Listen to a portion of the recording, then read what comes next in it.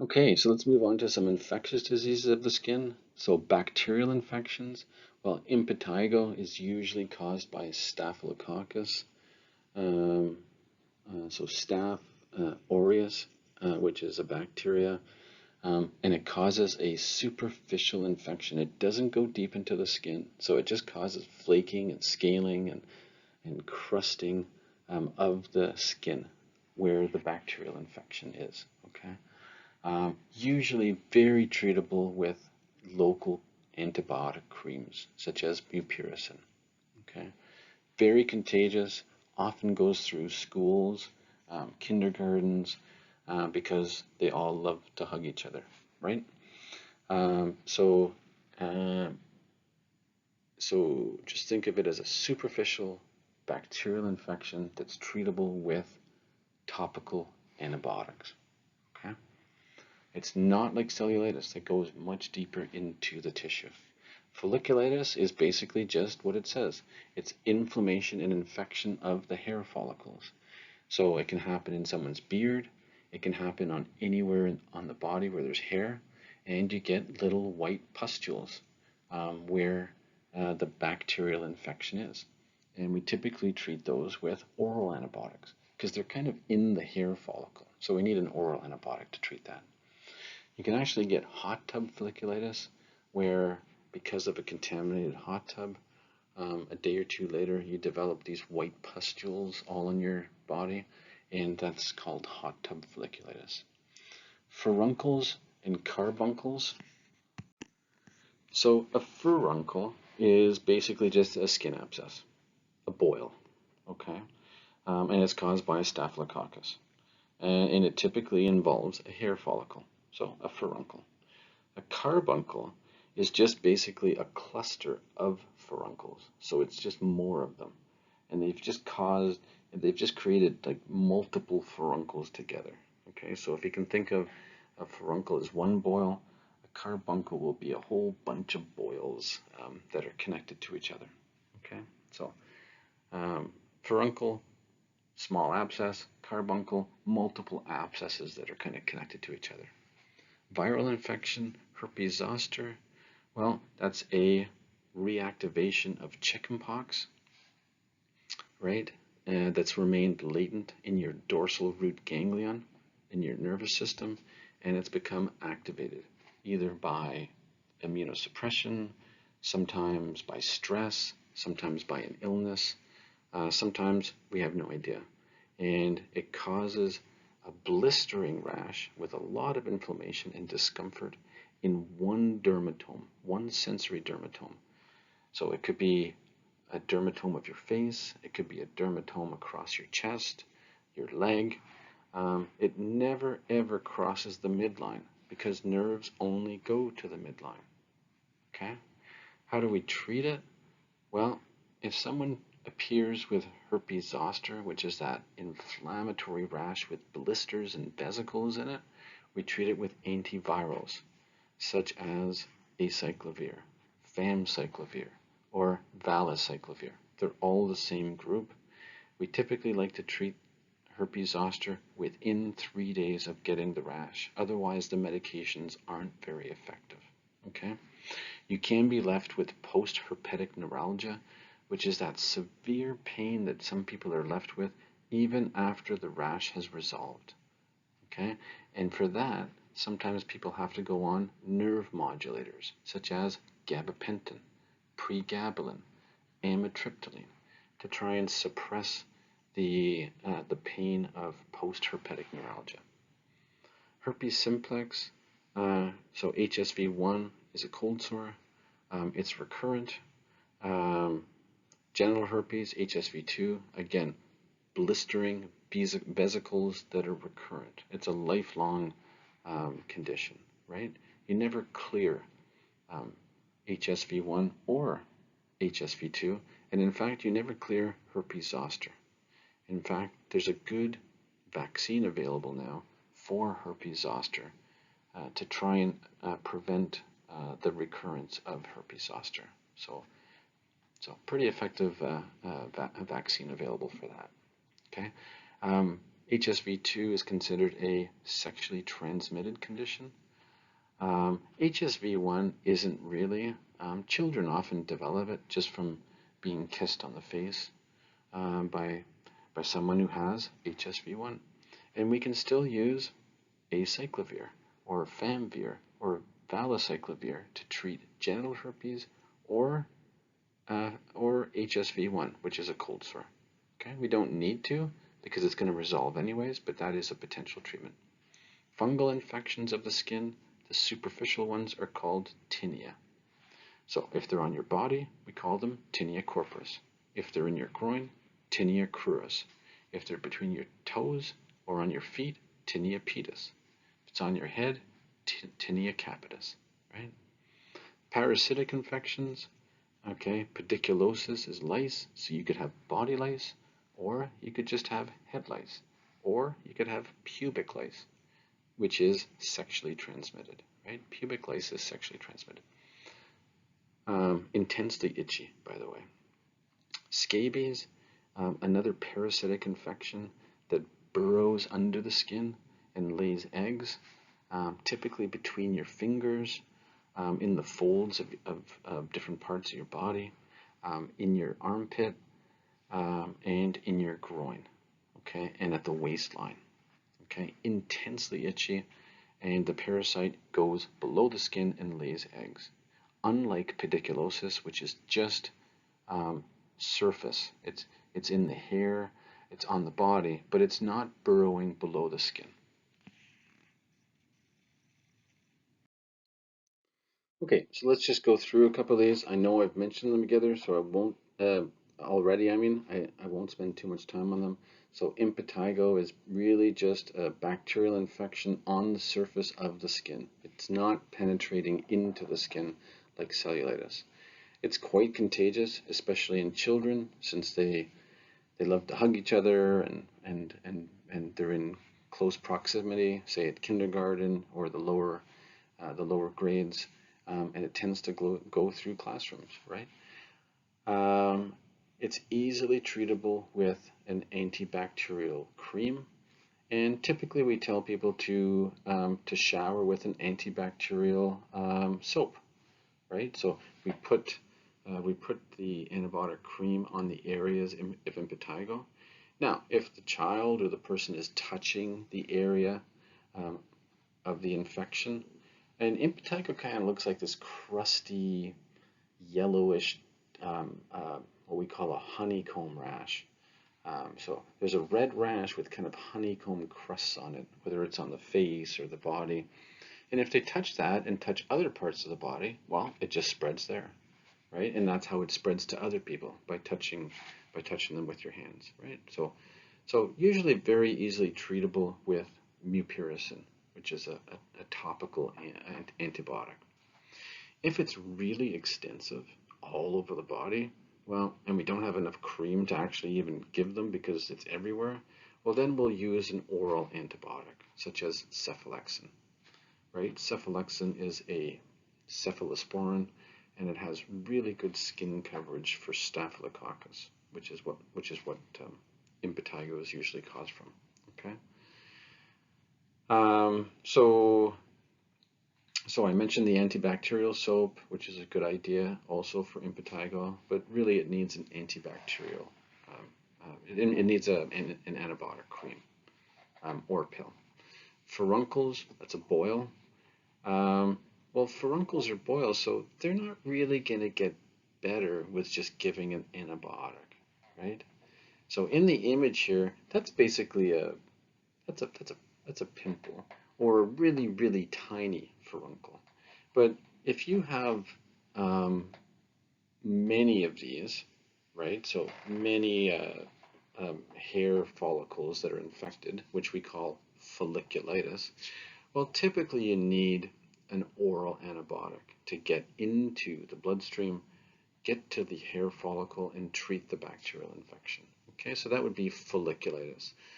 Furuncles, which are boils, well, we often have to open those up and drain out the pus, right? So whether it's a furuncle or a carbuncle or an abscess, which is basically just a pocket of pus, we need to open it up with a scalpel and drain out the pus. Remember, antibiotics flow through your bloodstream. They don't go into pus. They can't go into pockets because there's no blood there, right? So we typically drain abscesses. Okay, so in terms of patient education for bacterial infection, definitely antibiotics, whether it's in a cream form or an oral form, proper skin hygiene, um, and minimizing, in particular in impetigo, minimizing touching other people or other parts of the body. In fact, if you have impetigo, you can't go to school until the impetigo has cleared. Okay? Okay, so viral infections, mentioned these already. So herpes zoster, which is reactivation of chickenpox, um, we can use antiviral medications orally in the first 72 hours, such as Famvir, acyclovir, or famciclovir. They're all the same group. Okay. If they have weeping lesions, so they have this blistering rash of herpes zoster, if the lesions are open and weeping, that's when they're contagious. Otherwise, they're not contagious. Okay? Remember, herpes zoster can only go to the midline because that's as far as the nerve goes, the sensory nerve. It can affect basically any sensory nerve. The worst one it can affect is the one on the face that is around the eye. Okay, so that one happens to be called your trigeminal nerve, and the trigeminal nerve also innervates the cornea. So what can happen? You can get herpes zoster of the cornea, and that's pretty serious. Okay, so if you were to have herpes zoster on your face and we saw blisters all around your eye, we would definitely check the eye, in particular the cornea, to see if you have lesions on your cornea, because that can lead to blindness. Okay. Herpes simplex, again, we can use antiviral medications to treat active herpes simplex. You can see the images here of genital herpes. Some people get it so frequently that we actually they just don't want these frequent eruptions of herpes simplex 2, and we use prophylactic medication. So we put them on an antiviral medication such as acyclovir every day to stop the herpes simplex 2 from returning, and it just reduces the number of episodes they get. Okay. Okay, so here's tinea capitis, so a superficial fungal infection of of the uh, of the scalp, right? Tinea corporis, fungal infection of the body. Tinea pedis, fungal infection of the feet. Tinea cruris, fungal infection of the groin. Onychomycosis, fungal infection of the nail. Okay, so it just depends on where the fungus is growing.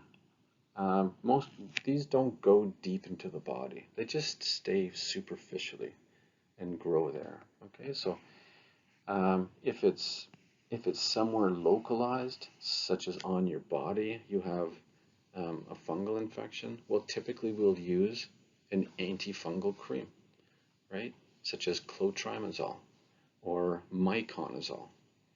If it's a diffuse fungal infection through the scalp, sometimes we have to use oral medications, such as ketoconazole. So it just depends on how extensive the fungal infection is. Okay. So using clean towels and washcloths every day, and just changing them out every day, and not sharing towels, not sharing combs, because that's how you're going to give it to somebody else. Fungus love moisture and heat. Okay, so that's why they live between your toes and in your groin and under your breast, because they like the moisture and heat. Okay, so keeping skin folds and the feet dry. In fact, yeast and fungus love to live in skin folds, and you'll see this where there's a red, angry rash in a skin fold of someone's abdomen because it has tinea corporis growing there. Okay.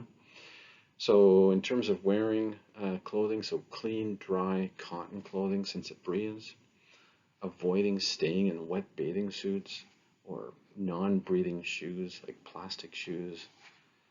And of course, excessive heat and humidity, well, that's going to make you sweat.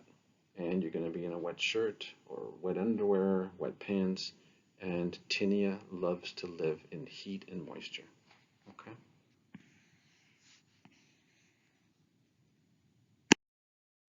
Okay, so let's talk about a bit about pediculosis capitis, which is head lice. Head lice is quite contagious from one person to the next. Usually it requires contact of hair. You can also have body lice, so pediculosis corporis, and pubic lice, which I mentioned is sexually transmitted, pediculosis pubis. Okay, so it's not an indication that the person has poor hygiene. Okay, anyone can acquire this condition from contact with someone else who has head lice, right? So what's the treatment of this very itchy scalp condition from pediculosis? So typically, permethrin is the treatment. So permethrin kills the head lice, and typically what you do is comb out the hair very carefully with a fine-tooth comb to get most of the nits off the hair shafts, and then apply the permethrin shampoo to the entire scalp and all the hair, so really well put in, and let it soak in for 10, 15, 30 minutes, and then shampoo it out. And that usually kills the head lice. Sometimes it needs a retreatment in 7 to 10 days. Not always, but if they're seen again, because they can be examined and looked for. If they're still there, then retreatment can be applied. All the articles of clothing and bedding must be cleaned. Okay, so things that have frequently been used, not everything, but just frequent clothing and bedding, washed in hot water and often put in a hot dryer. Okay. Items that can't be washed can be put in just a tightly sealed bag for 2 weeks, and that gets rid of the pediculosis since they can't survive, right? They kind of need your skin cells to feed off of. Furniture and floors can be vacuumed just to clean that up. It's not like the whole house has to be totally disinfected. That's not the case. They don't live that long without living on your scalp. Avoiding sharing of combs and hats, of course, is a good idea because that's how it's going to spread. And family members in close contact should be checked for the condition, but it doesn't mean that everyone who's been in contact with the person needs to get a bottle of permethrin shampoo. Okay, so this often goes through schools, and then they do a screening program to look to see who has head lice, and the ones that have head lice get the treatment. The other ones don't require active treatment with permethrin. Okay. So body lice, so pediculosis corporis or pediculosis pubis, that's typically more from poor hygiene. Okay. And in particular, pubic lice is sexually transmitted. So how do we treat that? Well, taking a really good shower with soap and then applying permethrin, right, to the entire body or to the pubic area where the pubic lice, where the lice is living. Okay. If eyelashes are involved, you don't really want to get permethrin in your eyes, so you can apply Vaseline to the eyelashes, which basically, well, it kind of dries or it drowns the lice, right? Well, it doesn't drown them. They basically can't breathe with the Vaseline on them. Okay. Mechanical removal of any obvious nits. So if it's pubic lice, you can actually just comb out the pubic lice and then apply the permethrin. Okay. Again, all the articles of clothing must be disinfected in hot water. tightly bagged, unwashable items is a good idea. Again, family members and sexual contacts can be checked for pediculosis corporis or pubis. Okay, and if there's evidence that they have it, then they can be treated. Okay, so this is related to personal hygiene. This one. Okay. Now, often people that have pediculosis pubis may have other sexually transmitted diseases, so they may need to be checked for those because having one sexually transmitted disease is actually a risk factor for having other sexually transmitted diseases, right? It's kind of an indication that, well, you had this sexually transmitted disease, so which other ones may you have? Okay. Okay, so scabies, another another type of infestation. This one, so just like pediculosis from head lice or body lice is super itchy, scabies is incredibly itchy. Okay, so often people can't sleep because of the itching. They're desperate with it through the day and also at night. And with scabies, it actually burrows under the skin, okay, and lays its eggs, and that's what causes the intense itching. So you can see on the images here, the burrowing under the skin.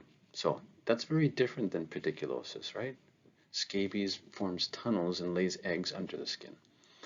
And it's often between the fingers, on the hands, in the armpits, and in the groin. Okay. So what do we do for this? Well, typically, we just treat the whole family because scabies can just last longer, and other people are typically infested even prior to having symptoms. So we just give enough treatment for the whole family of permethrin or lindane. But we don't use lindane as much because, again, because of its neurotoxicity. Okay, so application of a scabicide, such as permethrin, has to be from the neck down. So every square millimeter of skin has to be covered with permethrin.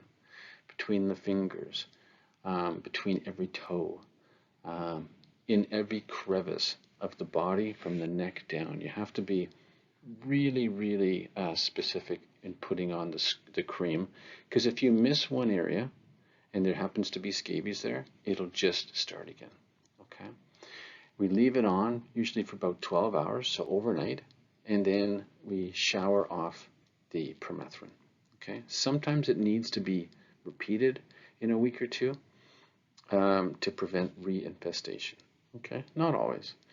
Now, the thing to remember about scabies is because there's been eggs laid under the skin, the itching can last for weeks, even after a month. So, need to counsel the patient that, you know what, we've treated it, but you're going to itch for up to a month after the treatment. Okay?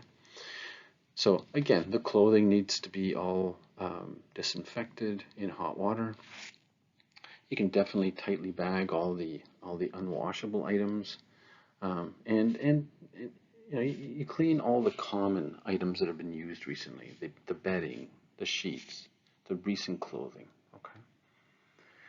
So the big thing to remember about this is where do scabies usually occur? Between the fingers, the wrist, the armpit, the axilla, um, which is the armpit, and the groin and the waist are the main sites. Okay, the itching can last up to a month after the treatment um, because of the burrowing under the skin and the eggs that have been laid. Now again, scabies doesn't mean that you have poor hygiene. It just means that you've been in contact with someone who had the infection, and it's quite contagious, right? So it doesn't mean that you don't wash properly. And so we tell people that it doesn't have anything to do necessarily with their hygiene. Okay, so let's just talk about skin medications. I know I've spoken about these going along. So bacterial for bacterial infections, If it's a superficial infection like impetigo, we can use topical antibacterials like mupirocin or polysporin. If it's a more extensive bacterial infection, such as cellulitis, which is subcutaneous, we're going to use a penicillin or a cephalosporin, such as cephalexin. If they're allergic to penicillin and cephalosporins, we can use a tetracycline, or we can use a macrolide. And in the macrolide groups are a drug such as erythromycin or azithromycin. Okay. If we diagnose MRSA, say from a swab, okay, if it's a small rash, we can use mupirocin on the cream because it's very sensitive to mupirocin. If it's more extensive infection, then we'll have to use oral clindamycin or IV vancomycin. Okay, those are the two main ones we use for MRSA. Viral infections such as herpes simplex 1 and 2, herpes zoster, diffuse chickenpox in an adult, any of those we can use acyclovir or one of its friends in the same group, such as valcyclovir or famciclovir. Okay? Usually we use those orally for cold sores, for genital herpes, and for herpes zoster. If someone has severe chickenpox and they're really ill as an adult, sometimes we'll use them IV. In terms of fungal infections, they're superficial usually, so we use creams, right? So nystatin the generic name is mycostatin. So that's an antifungal. Clotrimazole is another antifungal. The brand name is Canesten. They can be used for tinea infections of the skin. Okay, and remembering with fungal infections, dry skin. So avoid moisture and minimize heat. Okay.